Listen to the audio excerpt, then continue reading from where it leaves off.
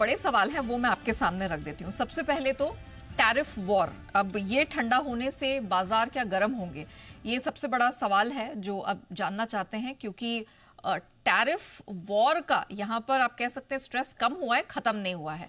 दूसरा बड़ा सवाल कि अमेरिका और चीन टैरिफ वॉर में भारत के लिए किस तरह का मौका है, इन दोनों के बीच जो तनातनी बढ़ रही है, भारत के लिए कैसी अपॉर्चुनिटीज है, भारतीय बाजारों की रिकवरी कितनी यहां से टिकाऊ दिखाई दे रही है, अगर है तो कितनी, और अगर नहीं है तो ऐसे में आपको क्या करना है। बड़े गैप से अगर खुलते हैं तो खरीदना है या बेचना है। क्या निफ्टी फिर से 23,800, जी हाँ 23,800, क्या इसके लिए अब मौके बनते हुए दिखाई दे रहे हैं, ये भी एक बड़ा सवाल है जो आज हम एड्रेस करने वाले हैं। कौन से शेयर हैं जो चलेंगे, कौन से गिरेंगे, ये हम जानेंगे। ऑफ कोर्स ऐसे बाजार में ट्रेडर्स और निवेशक क्या करें, ये भी हम समझेंगे। आइए एक एक करके सर से सारे जो सवाल है उनके जवाब जानते हैं। सर सबसे पहले तो ये तो हम जानेंगे ही कि अब करना क्या है, लेकिन बुधवार को क्या कुछ हुआ, क्योंकि कल हमारी छुट्टी थी, तो इन दोनों ट्रेडिंग सेशन में क्या हुआ सर, वो जरा समराइज कर दीजिए। देखिए नेहा, 2 दिन बड़े एक्शन भरे रहे हैं भारतीय बाजारों के। छुट्टी के वक्त भी ग्लोबल मार्केट्स में काफी कुछ हुआ, और कल तो सबसे ज्यादा लोगों को इसी बात का दुख था। मतलब इस बात की खुशी कम थी कि अमेरिका में 3,000 पॉइंट की डाउन में उछाल हो गई। दुख इस बात का ज्यादा था कि हमारे यहाँ छुट्टी हम खुल नहीं पा रहे, और दुख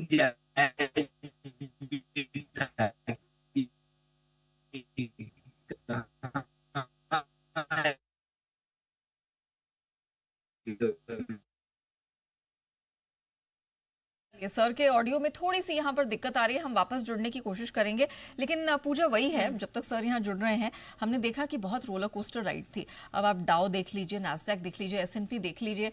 एक अनाउंसमेंट आया ट्रम्प साहब की तरफ से, व्हाइट हाउस की तरफ से क्लैरिटी आई कि यहाँ पर 90 दिनों का आप डिले दे रहे हैं, पॉज दे रहे हैं टैरिफ पर, और क्या भागे हैं। बिल्कुल, अब देखिए मतलब S&P 500, if I am not wrong, 2008 के फाइनेंशियल क्राइसिस के बाद एक दिन की सबसे बड़ी मजबूती दिखी। आप नैस्डैक की बात कर ले, ऑलमोस्ट 24-25 साल के बाद एक दिन की बड़ी बढ़त दिखी, 12% भाग गया। डाउ में 8% की स्ट्रेंथ दिखी।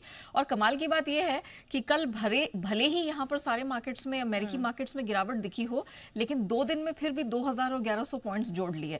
चलिए सर हमारे साथ फिर से जुड़ चुके हैं। सर बताइए अब क्या कुछ इंटरेस्टिंग आपको दिखा है ग्लोबल मार्केट्स में। देखिए, पहले तो ये समझ लें कि हुआ क्या है, उसके बाद ताकि उसका विश्लेषण करना आसान होगा। जरूरी नहीं कि छुट्टी के दिन सब लोगों ने सारा मार्केट को अच्छे से ट्रैक किया हो। तो पहली चीज जो सबसे बड़ी हुई है पिछले 2 सेशन में, यानी यूं कहें कि बुधवार को हमारे बाजार बंद होने के बाद से लेकर अब तक, वो ये कि प्रेसिडेंट ट्रंप ने भारत समेत 75 देशों पर अपना टैरिफ बढ़ाने का फैसला रोक लिया है, जिसमें भारत भी शामिल है। और ये फैसला रोका है उन्होंने 90 दिन के लिए। अब वो ये कह रहे हैं कि 90 दिन तक आपको सिर्फ 10% टैरिफ लगेगा, जिससे भारत के लिए 26% उन्होंने तय किया था। तो 10% तो लगा दिया 5 अप्रैल को ही। अब बाकी का जो 16% लगना है वो नहीं लगेगा। इसी तरह से अलग अलग देशों के लिए उन्होंने ये कहा है कि भाई आपका जो एडिशनल टैरिफ है 10% के ऊपर, वो नहीं लगेगा। इसके विपरीत चीन पर उन्होंने और बढ़ा दिया। चीन पर बढ़ाकर कर दिया उन्होंने 145%। 145%, जी हाँ आप सही सुन रहे हैं, 145% का टैरिफ। 20% और बढ़ाया, 125 पहले था, 20 और बढ़ा दिया। अब इसके चक्कर में हुआ क्या कि अमेरिका के बाजार ने ये सोचा कि भाई ये तो बढ़िया मामला है, तेजी का मामला बनता है। तो बुधवार को डाउन ने लगाई 8% की छलांग, लगभग 3,000 पॉइंट। नेस्डेक 12% भागा, S&P 500 करीबन करीबन 10% से ज्यादा बढ़ा। गोल्ड ने आज नया रिकॉर्ड बना दिया। सुबह सुबह मैंने देखा था $3240 के आसपास, शायद उसको भी पार कर लिया है। कच्चा तेल 4% उछला था टैरिफ और रुकने के उम्मीद में, लेकिन उसके बाद वापस से फिसल कर अब $63 के आसपास है। मेटल्स में 4% तक का उछाल है। अच्छी बात एक ही है कि बाकी सब जगह तेजी हुई है, लेकिन कच्चे तेल को छोड़कर, कच्चे तेल की तेजी टिकी नहीं है। ठीक है। डॉलर इंडेक्स घट घट कर 7 महीनों के निचले स्तर पर 100 के आसपास आ गया। याद है आपको, एक वक्त था अभी थोड़े दिन पहले, मतलब कुछ हफ्तों पहले, डॉलर इंडेक्स 110 के आसपास ट्रेड कर रहा था, वहां से 10% डॉलर इंडेक्स निकल गया। और डॉलर इंडेक्स का गिरना दूसरी करेंसी के लिए अच्छा होता है, और स्पेशली इक्विटी मार्केट्स के लिए अच्छा होता है, कमोडिटी मार्केट के लिए अच्छा होता है, गोल्ड सिल्वर के लिए अच्छा होता है, और विशेषकर इमर्जिंग मार्केट्स के लिए, भारतीय जैसे बाजारों के लिए अच्छा होता है, क्योंकि इसमें जैसे जैसे डॉलर इंडेक्स कमजोर होता है, विदेशी पैसा, विदेशी निवेशकों का आने का रास्ता खुलता हुआ नजर आता है। तो ये एक बड़ा पॉजिटिव हमारे लिए। देखो, पॉजिटिव में टैरिफ और कम होना तो अपनी जगह है ही, पहला, दूसरा चीन का हो गया, और अब ये तीसरा ये कि आपके लिए डॉलर इंडेक्स। चौथी बड़ी चीज जो है वो इंपॉर्टेंट हुई है, एक ही चीज तेजी से बढ़ी है अमेरिका में, वो है बॉन्ड यील्ड्स। बॉन्ड यील्ड्स बढ़कर अब 4.5% पर पहुंच चुकी है, और ये लगातार पांचवें दिन बढ़ी है।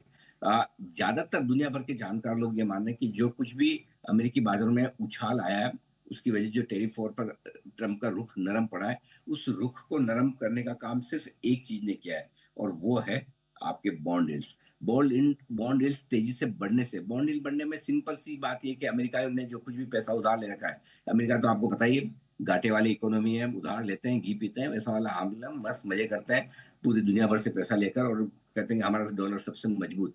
अब अगर 4.5% बॉन्ड यील्ड वहां पर हो जाए, ऊंची ब्याज दर रहे, तो मामला गड़बड़ हो सकता है। तो ट्रंप पर दबाव का हम माना जा रहा है कि बॉन्ड यील्ड्स ने ट्रंप पर दबाव बनाया है।